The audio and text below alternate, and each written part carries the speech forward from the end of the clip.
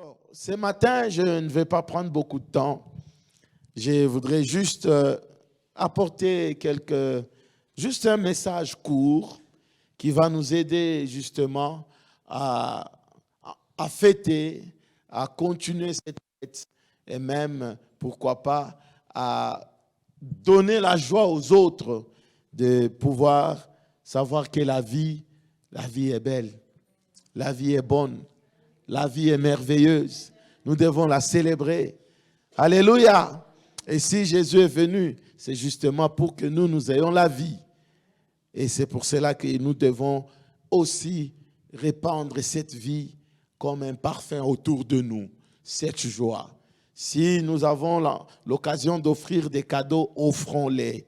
Si nous avons besoin de réjouir les cœurs des voisins, des gens dans nos familles, faisons-le. Alléluia. Faisons de sorte que ces jours soient un jour de joie. Que les gens ne soient pas fâchés, non. Ça soit un jour où la joie est communiquée. Est-ce qu'on peut acclamer la présence du Seigneur? Gloire à Dieu. Alors, le thème de ce matin, c'est que Noël, le cadeau de Dieu. Noël, le cadeau de Dieu. Vous savez, c'est un jour, je crois il y a 2 ou 3 ans que j'ai fait une enquête pour demander aux gens, mais qu'est-ce que Noël vous dit? C'est quoi Noël? Et sur 10 ou 20 questions, 20 réponses, on a récolté, la majorité, c'est le jour où on se donne des cadeaux. Donc ça marchait avec les cadeaux, c'est le jour des cadeaux. C'est Père Noël. Alléluia. Et des enfants qui grandissent commencent à mettre en cause le Père Noël. Ils disent non, ça c'est les parents qui les font. Et ça c'est le Père Noël. Il est passé quand? Donc c'est un mythe, c'est toute une sorte de légende, des imaginations. Mais dans tout ça, les cadeaux sont donnés. Alléluia. Ah oui. Il ne faut pas s'en empêcher, il faut s'offrir des cadeaux. Alors, que ce soit pour les grands, que ce soit pour les petits. Alléluia. Alors, enlève l'histoire que c'est pour les cadeaux des enfants. Non, non, non. Même toi, il y a un cadeau pour toi. Tu mérites que tu reçoives aussi un cadeau. Tu peux aussi en donner. C'est pour le grand et les petits. Alléluia. C'est la période des cadeaux.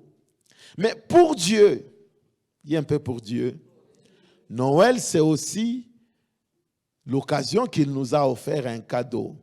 Et ce cadeau est sublime. Dis un peu sublime. La naissance de Jésus-Christ, c'est un cadeau de Dieu. Nous allons le découvrir. C'est un cadeau offert par Dieu lui-même aux hommes. Donc, si nous recevons des cadeaux aujourd'hui, mais le plus grand des cadeaux, c'est Jésus. Si on peut me demander aujourd'hui, mais quelle est la plus grande bénédiction que tu aurais reçue dans ta vie? C'est le jour où j'ai reçu Jésus. C'est un cadeau de Dieu. Et quand tu le reçois, bien-aimé, tu as la vie éternelle, la vie qui ne s'arrêtera pas, la vie. Alléluia. Donc, c'est un cadeau à recevoir. Voilà pourquoi on dit, on pose la question, as-tu déjà reçu Jésus? Donc, c'est un cadeau, chacun doit recevoir. Et j'en profite ce matin pour ceux qui n'ont jamais reçu ces cadeaux. Voici l'appel. Voici ces cadeaux. Recevons-le. Recevoir Jésus. C'est une des opportunités que Dieu accorde à tous les humains. Refuser ces cadeaux, c'est faire soi-même du mal. Et j'insiste parce que l'heure à laquelle nous sommes, l'humanité est en train de traverser un moment difficile. Parfois, d'autres ne le voient pas, ils trouvent que c'est normal. Mais des années, année après année, nous nous rendons compte que le monde n'est plus celui qu'on a connu qu'il y a 5, 10 ans. Le monde n'est plus celui qu'on a connu avant. Et c'est la vérité. Nous irons davantage vers la fin de toutes choses. Nous nous approchons. Et si nous croyons que ça reste des histoires qu'on raconte, c'est normal parce que dans les temps aussi, à l'époque de Noé, il disait, voilà, le péché a atteint son comble. Dieu veut punir l'humanité. Il a construit l'arche, il a fait l'appel. Venez vous abriter, venez, parce que la colère de Dieu va s'abattre sur la terre. Les gens croyaient, la Bible dit que les gens mariaient leurs enfants, ils faisaient la fête, ils exerçaient leurs activités, ils vivaient une vie normale jusqu'à ce que les premières gouttes ont commencé à arroser la terre. Ça ne s'est pas arrêté. Il y a eu déluge. Les gens sont morts. Noé, sa famille, ainsi que tous les animaux sélectionnés ont eu la vie sauve. Et la Bible nous dit que de la même manière que cette histoire était arrivée, ça arrivera aussi, alléluia, à la fin des temps. Voilà pourquoi c'est une opportunité pour nous de nous rappeler que les cadeaux que Dieu nous offre, c'est un rendez-vous à ne pas manquer. Il faut les saisir et les chérir. Alléluia, ces cadeaux est tellement précieux. Alors nous allons lire deux écritures, Ésaïe 9, Ésaïe chapitre 9, 5 à 6, les deux versets, et nous lirons aussi Romains chapitre 5, 7 à 9. La Bible dit, car un enfant nous est né, un fils nous est donné. Alléluia. Dès que nous lisons ces passages, nous nous rendons compte qu'il y a une naissance qui naît, c'est un enfant. Un bébé arrive. Et on nous parle d'un fils qui nous a été donné. Un fils est donné. Alléluia. L'enfant naît et un fils nous est donné. Le fils, c'est celui qui vient nous sauver. On l'appelle enfant parce que il est né d'une maman, d'une vierge. Et il était bébé. Il a pris le corps humain. Il est passé par la formule normale en prenant la chair et il est venu. Il est né un jour. Dis un peu la naissance. Et c'est ce jour que nous fêtons aujourd'hui. C'est le jour que nous commémorons. C'est le jour où l'univers tout entier se souviendra qu'il y a Emmanuel qui est venu sur la terre. Alléluia! Et c'est magnifique. Et c'est magnifique. Alors la Bible continue en disant, et la domination reposera sur son épaule. On l'appellera admirable. Conseiller, Dieu puissant. Alléluia. Conseiller, Dieu puissant. Je voudrais dire à quelqu'un, pour ceux qui font des débats, Jésus n'est pas Dieu, Jésus, il est prophète, mais vous pouvez leur donner ces passages. Alléluia. Vous pouvez leur donner ces passages. La domination reposera sur son épaule. La domination. Dominer, c'est régner. Donc, si on parle de la domination ou du règne, c'est lui qu'on voit en premier. C'est lui qui règne sur l'univers visible et invisible. Admirable. On peut encore dire adorable. C'est lui dont tout l'univers adore. Alléluia. Je voudrais nous inviter à acclamer un peu le roi de gloire. Acclame-le encore, Dieu Tout-Puissant. Oh, admirable, adorable c'est toi. Conseiller, Dieu puissant. Alléluia. Et alors, la Bible dit, Père éternel, Prince de la paix. Vous voyez que tous ces attributs, toutes ces qualifications se trouvent dans l'enfant qui est né. Donc l'enfant là n'est pas n'importe qui. Alléluia. Dieu c'est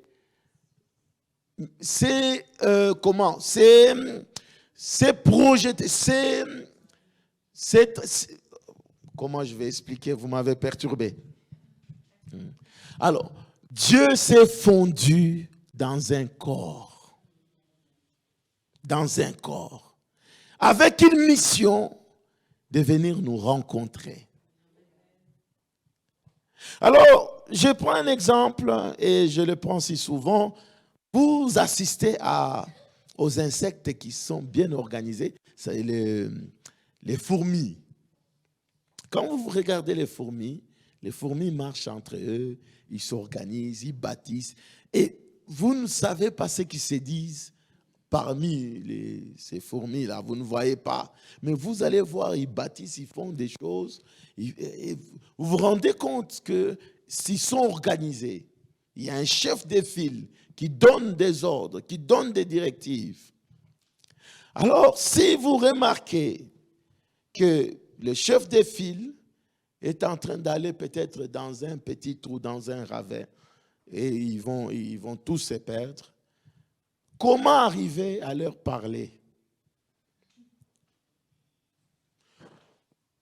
Comment arriver à leur dire qu'écoutez, fourmis, je regarde bien là où vous allez peut-être aller vous brûler. La seule manière qu'on peut les aider, c'est de prendre leur forme, de devenir aussi fourmis, venir parmi eux pour leur dire « allez à gauche ». Alléluia. Parce qu'en tant qu'homme, tu ne peux pas parler, ils ne vont pas écouter. Ils ne vont pas écouter. C'est ce qui s'est passé exactement. Quand Dieu grand nous regarde, il faut seulement voir la terre par la vue aérienne. Vous allez voir que les gens qui marchent, c'est comme des fourmis. Les gens qui sont là, quand vous êtes dans les hauteurs, même des maisons, c'est tout petit. Alors il va falloir aller vers eux pour leur montrer le chemin. Et c'est ce que Dieu a fait. Le conseiller. Alléluia. Il est conseillé par rapport à qui? À nous. Il vient dire, mon fils, va à gauche, va à droite. Conseiller. Dieu puissant. Donc il n'y a pas d'autre puissance au-dessous de lui, ni égale à lui. Alléluia. Père éternel. Donc lui qui vit, il n'est pas limité par le temps. Notre Dieu. Prince de la paix. Dis un peu prince de la paix. Je déclare à tous ceux qui souffrent, qui ont un souci par rapport à la paix, que la paix du Seigneur inonde vos cœurs. Je déclare que chaque famille ici présente reçoive la paix de Dieu et que cette paix demeure au nom de... Alors le verset 6.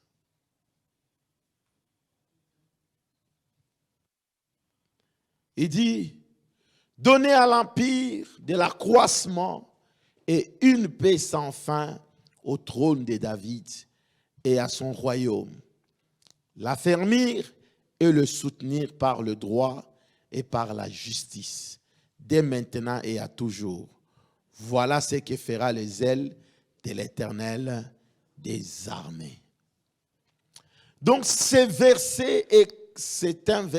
un passage clé où on retrouve toute la mission, tous les attributs et toutes les fonctions que ces dieux devraient accomplir. Alléluia. Maintenant, allons dans Romains chapitre 5, 7 à 9. Nous sommes dans le livre des Romains. Alors, l'apôtre Paul est en train de parler aux Romains en leur montrant que, écoutez, l'amour que nous avons reçu, c'est un amour qui provient, qui s'est manifesté par un sacrifice. Nous ne méritons pas du tout que quelqu'un vienne payer un tel prix pour nous en tant que pécheurs. Alors, il explique. Il dit, on peut mourir. Lisons déjà. La Bible dit, à peine mourrait-on pour un juste. Quelqu'un peut-être mourrait-il pour un homme de bien qui mérite. Pour lui, on peut mourir, il mérite. Alors, allons au verset suivant. Il dit, mais Dieu prouve son amour envers nous. Dis un peu l'amour de Dieu. On sait que lorsque nous étions encore des pécheurs, Christ est mort pour nous. Alléluia. Le Dieu, l'enfant qui est né, le Fils qui nous est donné. Quand on dit donné, en fait, c'est ici qu'on voit comment le don a été fait. Le don est venu sous forme d'un être qui allait mourir à la croix, à notre place. Il dit, retourne encore, mais Dieu prouve son amour envers nous en ce que lorsque nous étions des pécheurs, les pécheurs séparés de Dieu, éloignés de Dieu, nous étions morts par nos offenses. Chacun suivait sa propre voie. Nul ne pouvait prétendre rencontrer Dieu. Et Dieu, dans son amour, il n'a pas laissé la situation comme ça. Il a dit, je ne veux pas que toi tu payes le prix, mais je voudrais te faire un cadeau. Alléluia. On va te donner un cadeau parce que tu ne seras jamais à même de l'acheter. Vous savez qu'il y a des objets qu'on ne peut pas acheter. Ça coûte trop cher si on ne te l'a pas fait cadeau. Dieu regarde dans son amour et dit, mais l'homme, je peux tout faire. Il n'y arrivera pas. Première tentative, Dieu envoie la loi. Il donne à Moïse. Il dit, Moïse, j'aimerais au moins que ce peuple me prouve au moins qu'ils sont capables de marcher dans la justice pour m'atteindre. Parce que nul ne pouvait voir Dieu dans cet état de pécheur. Alors Moïse amène, après ces 40 jours à la montagne, il amène la loi, 2 tablettes. Les tablettes, ce n'est pas aujourd'hui. Les tablettes, ça commence avec Moïse. Quand Moïse apporte les tablettes, alors le temps qu'il arrive dans la cité pour en parler, les tablettes étaient déjà brisées. Parce que les péchés du peuple avaient atteint un niveau tel que même la colère qu'avait Moïse, les tablettes ont été brisées. Il a fallu encore un autre exercice pour au moins apporter les 10 commandements. Alléluia. Et les 10 commandements en question, lorsque on te dit, tu ne voleras point, tu ne convoiteras point, tu honoreras ton père et ta mère, tu adoreras seul Dieu. Donc, regardez tous les 10 commandements. Tu peux faire un effort. Tu ne voles pas. Tu ne tueras pas, tu ne tues pas. Mais tu vas tomber peut-être dans la convoitise. Alléluia. Parce qu'il y a des péchés, même si physiquement tu n'es pas allé, mais de ton intérieur tu as péché.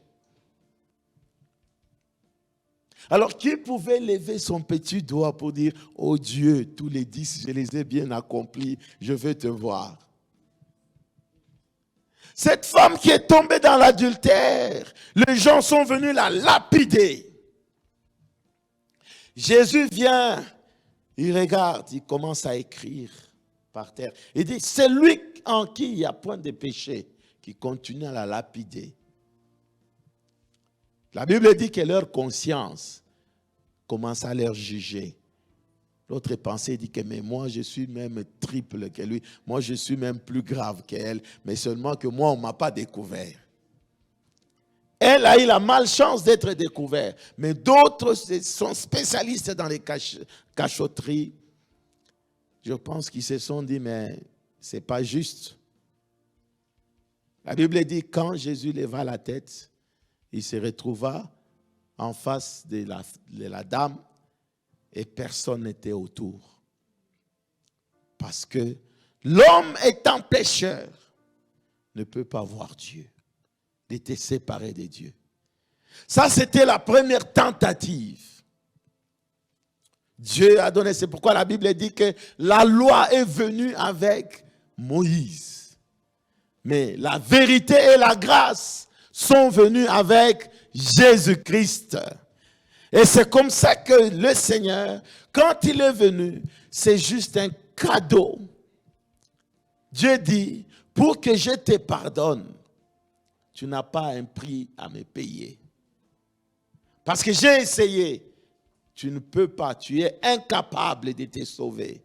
Mais moi-même, je vais te sauver, mais c'est un cadeau. Alléluia, c'est un cadeau. C'est pourquoi ce matin, je suis en train de dire à quelqu'un, ne rate pas de recevoir ces cadeaux. Ne rate pas. Reçois ces cadeaux, il te fera du bien. Alors, la Bible continue. Il dit, à plus forte raison donc, maintenant que nous sommes justifiés par son sang, serons-nous sauvés par lui de la colère. De la colère.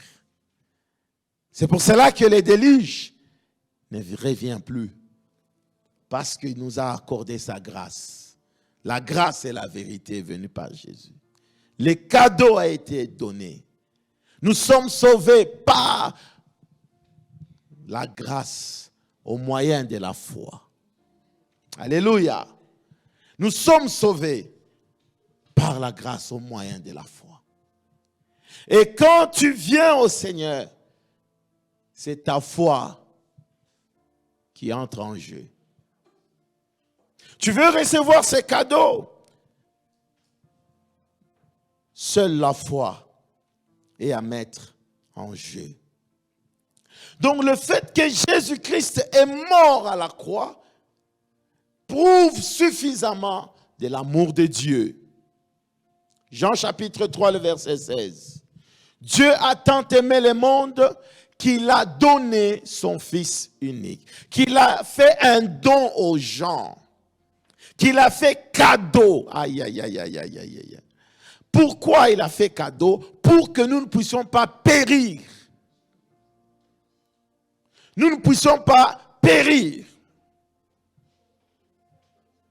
Car Dieu a tant aimé le monde qu'il a donné son Fils unique, afin que quiconque croit en lui ne périsse point, mais qu'il ait la vie éternelle. Alléluia. Je déclare ce matin sur ta vie, toute circonstance qui tente de te détruire, d'amener une vie de destruction, une vie de misère, de pauvreté, de pleurs, est brisée au nom de Jésus-Christ. Sois libéré parce que le prix a été déjà payé.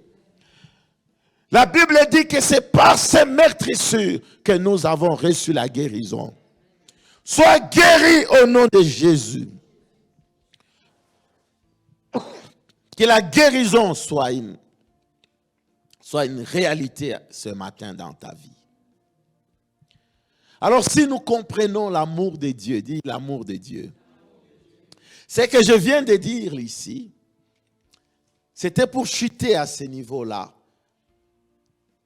Le fait que Jésus soit venu, un enfant est né, un fils nous est donné. Alléluia. Venez manifester l'amour de Dieu sous forme d'un cadeau. Donc tu n'as pas à payer le prix pour ça. Seule ta foi. Et c'est par amour que Dieu l'a fait, pour que tu ne te perdes pas. Parce que bientôt l'enlèvement va se révéler. Le Seigneur revient pour enlever l'Église. Et c'est alors que ces cadeaux, tu te rendras compte de la valeur de ces cadeaux à l'enlèvement. C'est alors qu'on se rendra maintenant compte de la décision qu'on a eu à prendre en recevant ces cadeaux. C'est ces jours-là, devant le Seigneur. Et ça sera regrettable si tu es sauvé seul dans ta famille. Alléluia. Vous savez, c'est une occasion d'évangéliser nos familles pendant cette période de Noël. Parce que les gens, c'est maintenant qu'il y en a qui font 2 ans, 1 an, ils ne se sont jamais vus. Mais ils ont été au réveillon hier. Et généralement, lorsque Jésus n'est pas au centre, Jésus pour qui nous fêtons n'est pas au centre, vous allez voir, souvent ces réveillons finissent toujours par des problèmes. Ils sont à table, c'est l'oncle qui regarde le neveu. Qu'est-ce que tu es devenu? Et le neveu qui réplique, mais qu'est-ce que ma vie a à faire avec toi? Là, la tante qui dit que, mais toi, j'ai appris que tu t'affiches beaucoup sur les réseaux sociaux. Et après, elle dit, non, laissez, c'est la jeunesse. Une discussion commence à table. Dit que, mettons on ne te voit pas clair. Tu es toujours célibataire? Elle dit que, mais ne touchez pas à ces sujets. Ne touchez ces tabous. Et l'autre qui vient, mais la raison pour laquelle tu t'es divorcé, moi je trouve que ça n'avait pas vraiment... Et non, laissez-moi ça, c'est ma vie. Il ne faut pas toucher à ça. Alléluia. Et les autres, c'est l'occasion de se regarder, mais tu as vu comment il est habillé, tu as vu. Ça, c'est Zara. Et l'autre qui non, c'est pas Zara. Bien-aimé, lorsque vous vous retrouvez dans une famille, dans des occasions comme ça, si Jésus n'est pas au centre, je vous avoue, c'est autre chose. L'autre, il va regarder, bon, allons au sapin maintenant, c'est l'heure des cadeaux. Quand il ouvre, c'est quel cadeau qu'on m'offre? Des frustrations. On regarde, mais l'autre a eu mieux que moi. Ça, c'est Noël. Fête des familles. Des choses à dire, à ne pas dire. Alléluia. Il y a quelqu'un, il y a un frère qui me disait, mais pasteur, est-ce que je dois aller dans la fête des familles? On m'invite, il venait de rencontrer les seigneurs. Il pose la question. Maintenant, je ne pouvais pas lui dire, mais écoute, tout le monde ne croit pas en Dieu. Bon, le seul conseil que je peux te donner, ferme ta bouche. Alléluia. Tu la fermes, pourquoi? Parce que c'est autour de la table que là qu'on cherche à attraper ta parole. Il avait dit ça. Il avait dit ceci. C'est là que se passe beaucoup de choses. C'est là qu'on peut t'envoûter. C'est là que on peut te faire du mal. Alléluia. Et n'y va pas sans Jésus en toi. Parce que les ténèbres et la lumière ne cohabiteront jamais ensemble. C'est impossible. La lumière peut vouloir aller vers les ténèbres vont toujours fuir. C'est pour cela que c'est une occasion. Si tu es parti, tu es là, toi mets Jésus au centre. Parce que c'est pour lui que cette journée est organisée mondialement. Que Jésus soit au centre. Trouve l'opportunité d'évangéliser. Trouve l'opportunité de dire, famille, asseyez-nous. Depuis que Jésus n'est pas dans cette famille, vous ne trouvez pas que les choses ne vont pas. Vous ne trouvez pas que le taux du célibat ne fait qu'augmenter. Même ceux qui étaient mariés divorcent. C'est l'heure où tu peux leur dire, mais vous ne trouvez pas qu'on a du mal à s'en sortir. On a du mal à avancer. Vous ne trouvez pas? Je vous ai apporté une solution. Alléluia. C'est une occasion de leur dire, écoutez, on a tout fait. On a été consulter les 10 heures de Bonaventure. On a été dans les horoscopes. Toi, tu es ceci. On a adoré toutes ces choses-là. On a vu ça. On a touché à la magie, à l'occultisme. Vous ne trouvez pas que ces choses n'ont pas marché et que maintenant nous devons inviter celui qui est la vie. Il s'appelle la vérité, le chemin, la vérité et la vie. C'est Jésus. Est-ce qu'on peut acclamer Jésus? Acclame un peu le roi de gloire. Alléluia. J'aime Jésus. Quand Jésus vient dans une famille, le compteur redevient à zéro. Quand Jésus entre dans ta vie, tout redevient à zéro. Tu recommences à zéro sur de bonnes bases. Quand Jésus vient, bien-aimé, le passé est oublié. C'est une nouvelle vie qui commence. Voilà pourquoi 2 Corinthiens 5, 17, il dit, ceux qui sont en Christ sont devenus une nouvelle créature. Les choses anciennes sont passées. Voici toute chose est devenue nouvelle. Alléluia. Si quelqu'un est en Christ, il est une nouvelle créature. Les choses anciennes sont passées. Alléluia. Les choses anciennes sont passées. Les critiques sont passées. Les péchés qu'on commettait sont passés. Tout est effacé. Nous sommes une nouvelle créature en Christ. Alléluia. C'est l'heure du renouveau. C'est l'heure des rebondissements. C'est l'heure d'un nouveau départ. Si ce matin tu ne savais pas qu'en Christ tout change, je t'informe qu'en prenant la décision de le recevoir, de recevoir ses cadeaux, tout se remet à zéro. Tout se remet à zéro. Tu peux maintenant rebondir sur de nouvelles bases. Alors, je vais terminer par là. Qu'est-ce qu'on dit quand on reçoit un cadeau? Les enfants, on dit quoi? Non, je n'ai pas bien entendu. Qu'est-ce qu'on dit quand on reçoit un cadeau? Bien répondu, vous avez 10 sur 10 tout le monde. Alléluia. Alors, mon dernier point, c'est que ce cadeau nous est offert. Est-ce que tu rends grâce à Dieu? Est-ce que tu dis merci à Dieu? Il mérite que nous puissions lui dire merci. Il mérite que nous puissions chaque fois regarder, réaliser combien il nous a sortis de la mort. Nous ne pouvions plus, nous n'étions plus qualifiés pour voir Dieu. Mais aujourd'hui, au milieu des multitudes, Dieu t'a choisi, toi. Son regard est tombé sur toi. Si on te demande comment tu es devenu enfant de Dieu, je ne sais pas. Mais tout ce que je sais, c'est que j'ai rencontré quelqu'un. Alléluia.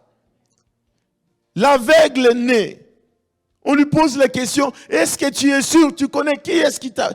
Il dit, tout ce que moi je sais, c'est que c'est lui qui m'a guéri.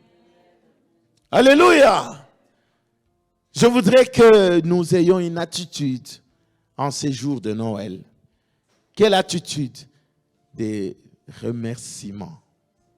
Nous nous rendons compte qu'un cadeau qui nous est donné, bien aimé, vous savez, les cadeaux, ils prennent sa valeur lorsque celui qui réceptionne est dans la joie.